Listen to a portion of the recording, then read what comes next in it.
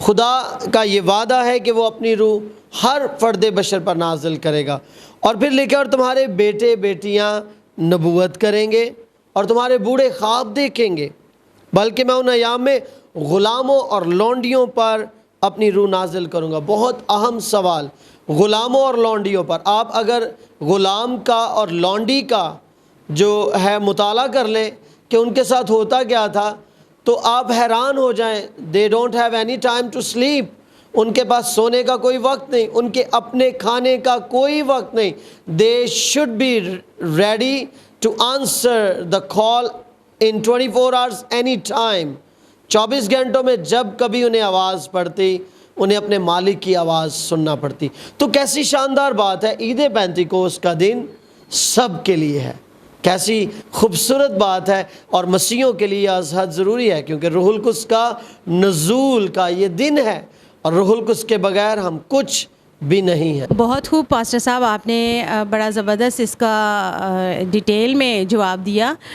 تو ہمیں ذرا آگاہ کیجئے کہ کیا بائبل میں کوئی ہمیں شواہد ملتے ہیں کہ کیا روح القدس صرف عید پینتیکوست کے روز ہی نازل ہوتا ہے؟ بہت گہرا سوال اور سمجھنے والا سوال ہے.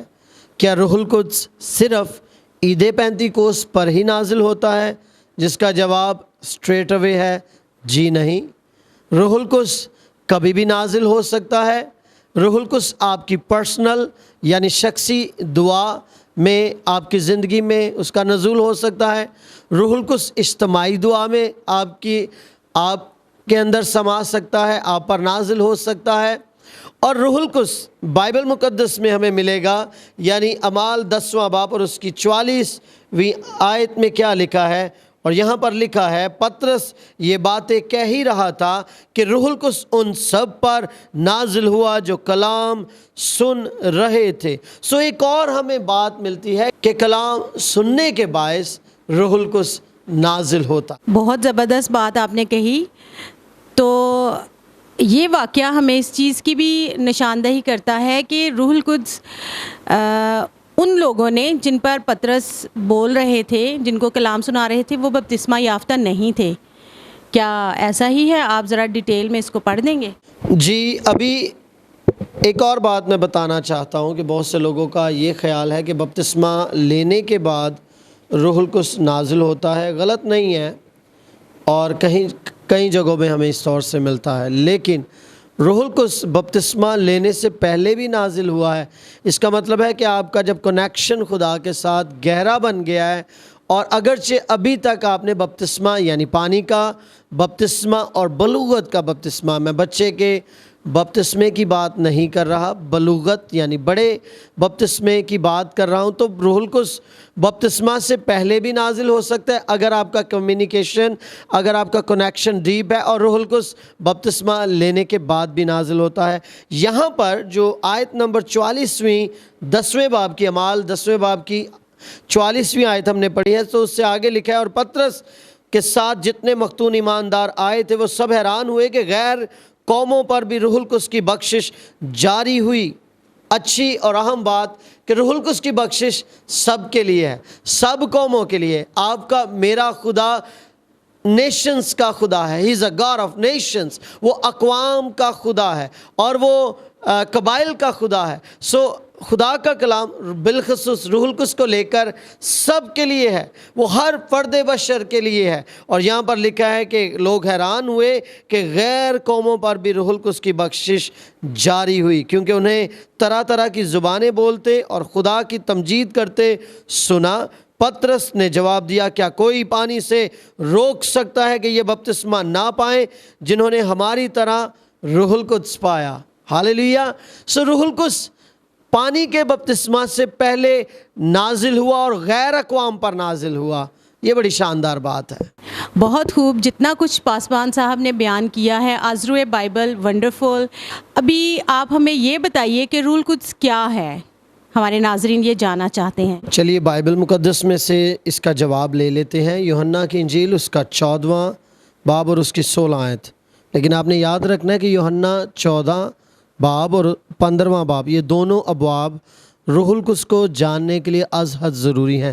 میں اس میں سے ایک آیت پڑھوں گا جو کہ آیت نمبر 16 ہوگی، اور خداوند کے کلام میں لکھا ہے، اور میں باپ سے درخواست کروں گا تو وہ تمہیں دوسرا مددگار بخشے گا کہ ابد تک تمہارے ساتھ رہے، یعنی روح حق، جسے دنیا حاصل نہیں کر سکتی کیونکہ نہ تو اسے دیکھتی اور نہ جانتی ہے۔ تم اسے جانتے ہو کیونکہ وہ تمہارے ساتھ رہتا ہے اور تمہارے اندر ہوگا۔ سو یسوع المسیح نے کہا کہ وہ تمہارے ساتھ رہتا ہے۔ It means that is Jesus Christ, کیونکہ یہاں پر لکھا ہے کہ باپ دوسرا مددگار، اس کا مطلب ہے کہ پہلا مددگار بھی تھا۔ پہلا مددگار یسوع المسیح خود ہیں، اور یسوع مسیح کے صعود فرمانے کے بعد دوسرا مددگار دیٹ از ہولی اسپرٹ، روح القدس، روح حق بائبل میں سے کہا گیا ہے، خدا کا روح کہا گیا ہے، اور یہ جو ہے یہ دوسرا مددگار ہے۔ سو یہ مددگار کے طور پر ہے، اور یہ مددگار کے طور پر اور نئے لباس کے طور پر، قوت کے لباس کے طور پر بائبل مقدس میں سے جانا جاتا۔ Wow wonderful, nice to know it. Pastor صاحب، اب آپ ہمیں یہ بتائیے گا کہ عہد عتیق میں کیا ایسی مثالیں ملتی ہیں جہاں پر روح القدس نازل ہوا؟ جی ہاں، ہمیں عہد عتیق میں سے بہت سی مثالیں ملتی ہیں، جیسے کہ سمسون کا ہمیں ذکر ملتا ہے کہ سمسون نے اپنے بازوؤں کے زور سے شیر کا منہ کھول ڈالا، چیر ڈالا، اور پھر وہ بلڈنگ جس کے پلرز پر وہ بندھا ہوا تھا، اس نے روح القدس نازل ہونے کے باعث خدا کے روح کو کثرت سے اپنی زندگی میں لیتے ہوئے اس بلڈنگ کو گرا دیا جس میں وہ سارے مر گئے۔